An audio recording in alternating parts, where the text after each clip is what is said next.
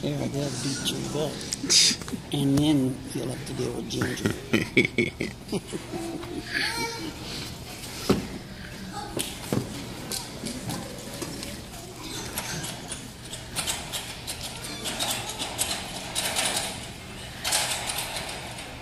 One brisk winter morning, a long time ago, there was a jungle girl. Her name was, well, she didn't really have a name, but the animals called her Emmy. It was hard to survive winter in a jungle, but Emmy and her animal friends knew they could get through it. One day, Emmy was playing tag with the baby gorillas. Their names were Bongo and Eek. Eek was a girl and Bongo was a boy. Bongo was it, and the girls were already outsmarting him.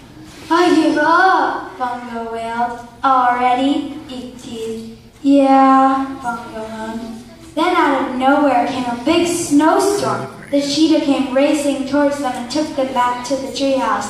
Thanks, Safari, they all said. Anytime, Safari said. All the animals huddled with Emmy around a fire that they had built. Emmy and Safari agreed that they would go get food, but they hadn't been saving food. They just wanted to get the fresh food before it all died. When they returned back, they brought back all the food left in the entire jungle, but still some was to save for the harsher weather ahead. Then they all started to plan the upcoming winter. That night, Emmy and the animals got very well asleep. The next morning, they arose early to see that their home had been destroyed by the storm.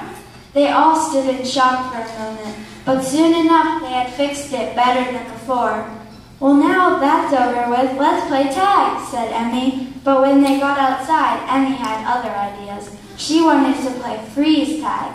That was where you had to tag somebody with a snowball. Of course, Bongo was it again. They played for hours until they were out of breath. Then together they walked home. 1 hour later, they wanted to go back out. The only problem was the door. They had been snowed in the treehouse. They were trapped for months. It was very hard. Finally, one sunny day, they got out. Soon they found they had been trapped all season long. So now it was spring and they had a lot of playing to do.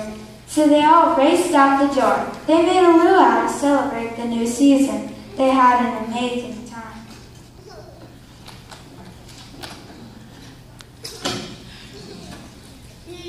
Then that night, the animals got an unexpected visit from a human. It was Emmy's father that the animals had found her with. They felt really happy that she would meet her father, but they were sad they would have to tell her that she was a human and not an animal. They didn't know how she would take it or understand it. But then something weird happened. Emmy knew and was okay with it. She knew it was only to protect her, so she started to teach him everything she wanted him to know. Soon he asked her to go home with him. I'm sorry, said Emmy, but I can't. This is my home. Then her father had an idea. I will stay here, he said. We will have the best time and we will be together again. That is a great idea, said Emmy. Then they all lived happily ever after. The end. Yay!